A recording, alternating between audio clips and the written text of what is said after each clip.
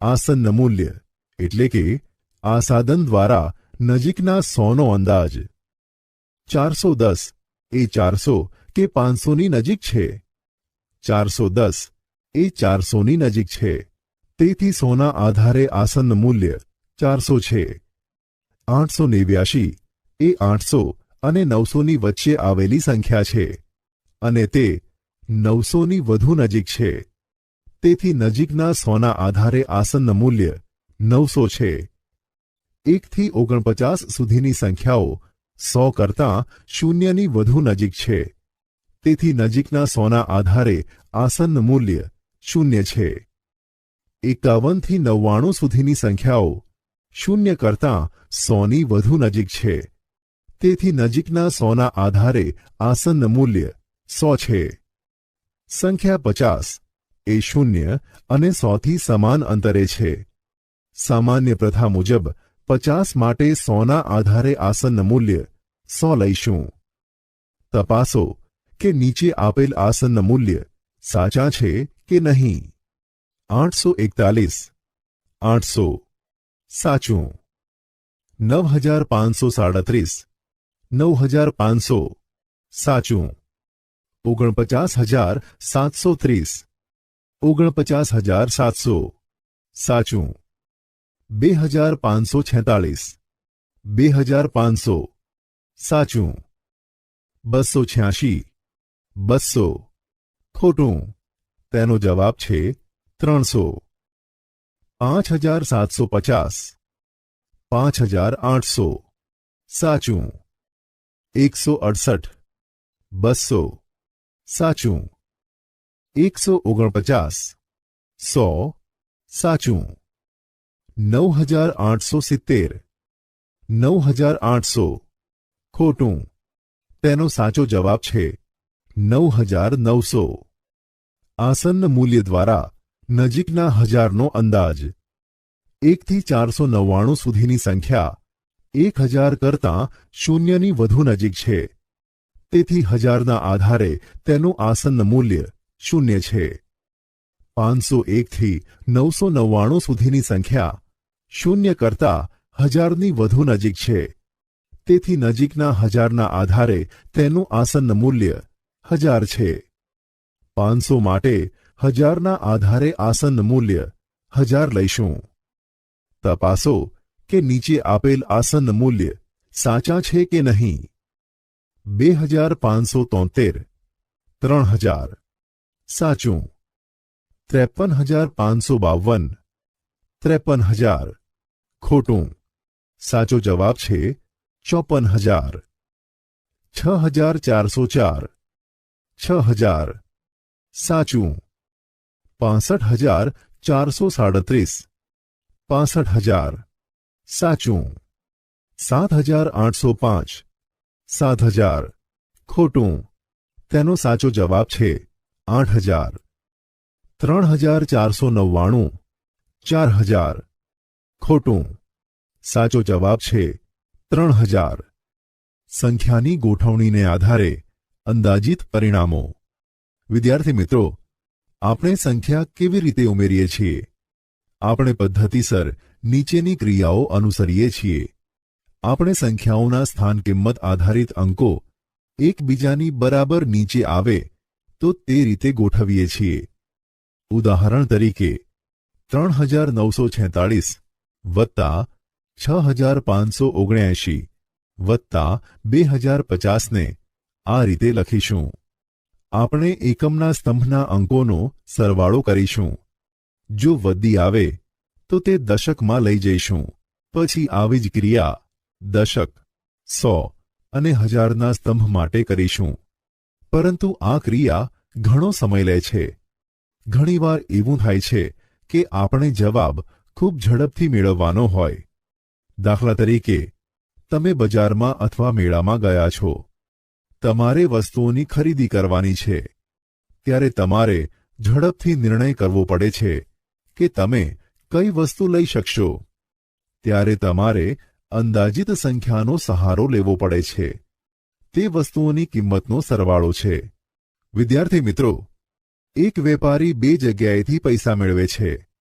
એક જગ્યાએથી ₹13,569 અને બીજી જગ્યાએથી ₹26,785 મેળવે છે. સાંજે તે ત્રીજી વ્યક્તિને ₹37,000 ચૂકવવાનો છે. વેપારી 1000ના આધારે આસન્ન મૂલ્ય મેળવી ઝડપથી ગણતરી કરી દે છે અને તે ખુશ થઈ જાય છે કે તેની પાસે આ માટે પૂરતા પૈસા છે. વિદ્યાર્થી મિત્રો, શું તમે કહી શકશો કે તેની પાસે પૂરતા પૈસા છે? હા, તમે ચોક્કસ સરવાળો કે બાદબાકી કર્યા વિના કહી શકશો. શીલા અને મોહને તેમના માસિક ખર્ચની યોજના બનાવી છે. તેઓ આવવા જવાના, શાળાની જરૂરિયાતો તથા કરિયાણું, દૂધ, કપડાં અને બીજા અન્ય ખર્ચ જાણે છે. જો તમામ ખર્ચ કરતાં પૈસા બચે તો તેઓ આ મહિને ફરવા જવાનું અને ભેટ લેવાનું વિચારે છે. શું તેઓ આગળના વેપારીની જેમ 1000ના આધારે આસન્ન મૂલ્યનો ઉપયોગ કરશે? શું આપણે દરેક કિસ્સામાં સમાન આધારનું આસન્ન મૂલ્ય વાપરીશું? જ્યારે સંખ્યાઓના પરિણામોનો અંદાજ કાઢવો હોય ત્યારે કોઈ નક્કર નિયમો નથી. આ પ્રક્રિયા ચોકસાઈની માત્રા અને અંદાજની કેટલી ઝડપથી જરૂર છે તેના પર આધાર રાખે છે. સૌથી મહત્વની બાબત એ છે કે અંદાજિત જવાબ કેટલો અર્થપૂર્ણ હશે. સરવાળા અને તફાવતનો અંદાજ.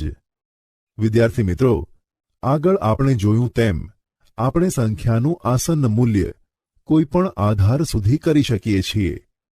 વેપારીએ 1000ના આધાર પર આસન્ન મૂલ્ય મેળવ્યું અને પોતાની પાસે જરૂરી પૈસા છે તે જાણી સંતોષ અનુભવ્યો. આમ આપણે કોઈપણ સરવાળા કે તફાવતને અંદાજિત કરી શકીએ. ચોક્કસ આધાર પર જ આસન્ન મૂલ્ય લઈએ છીએ. આ ઉદાહરણો જુઓ. ઉદાહરણ 5. અંદાજ લગાવો. 5290 વત્તા 17,986. ઉકેલ.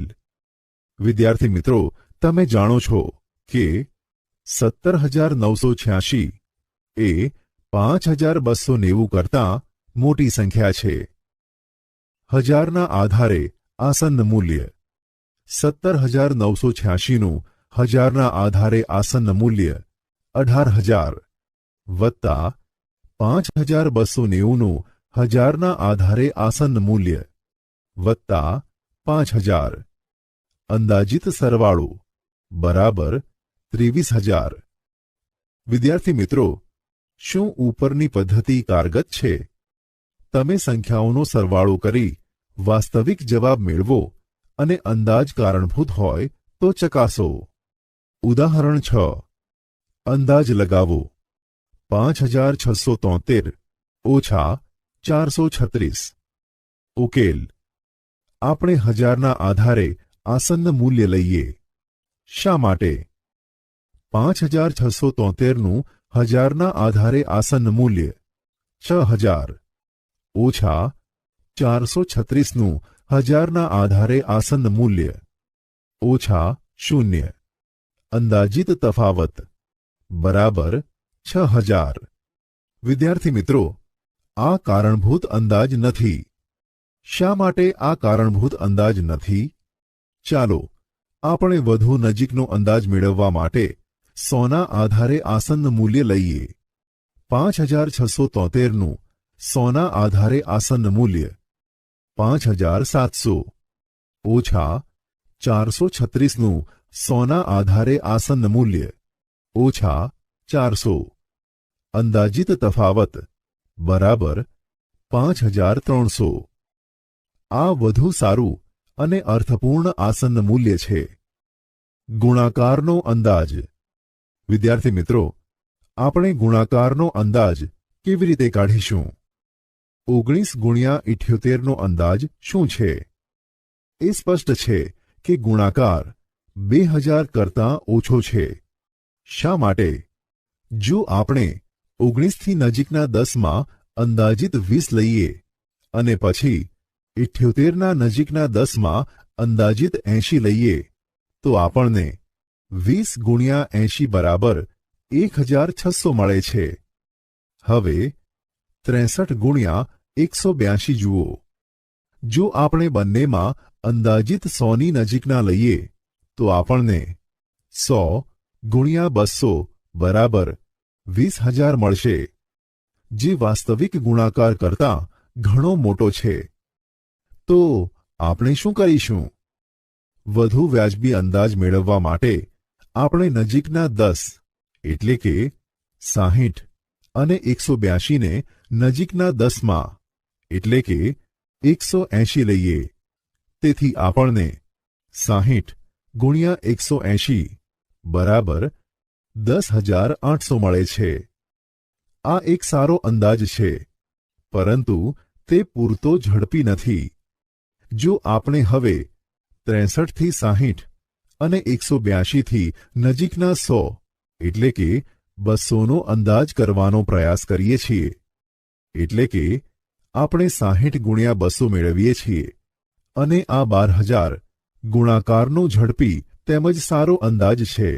વિદ્યાર્થી મિત્રો, આ ઉપરથી આપણે એક સામાન્ય નિયમ બનાવી શકીએ છીએ કે દરેક સંખ્યાના મહત્તમ સ્થાન સુધીનું આસન્ન મૂલ્ય લો, પછી બંને આસન્ન મૂલ્યનો ગુણાકાર કરો.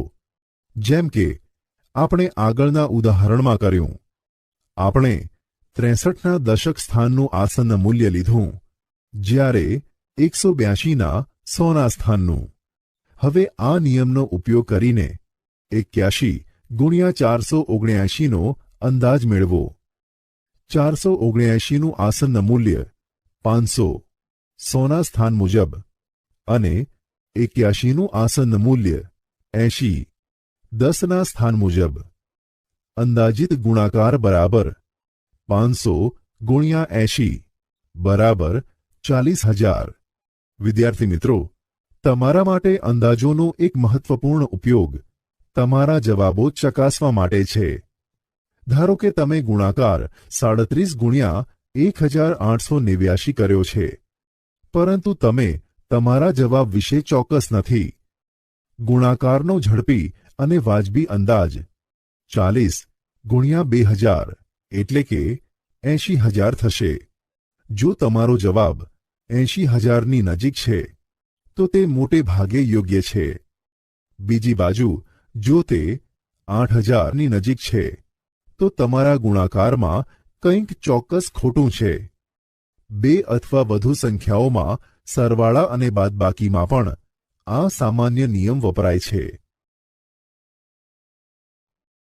કૌંસનો ઉપયોગ. સીમાએ બજારમાંથી 10 રૂપિયાની એક એવી 6 નોટ ખરીદી. તેની બહેન મીરાએ પણ એવી જ 7 નોટબુક્સ ખરીદી. તો તેમણે કુલ કેટલા રૂપિયા ચૂકવ્યા હશે? સીમાએ આ રીતે ગણતરી કરી છે: 6 ગુણ્યા 10 વત્તા 7 ગુણ્યા 10 બરાબર 60 વત્તા 70 બરાબર 130. જવાબ રૂપિયા 130.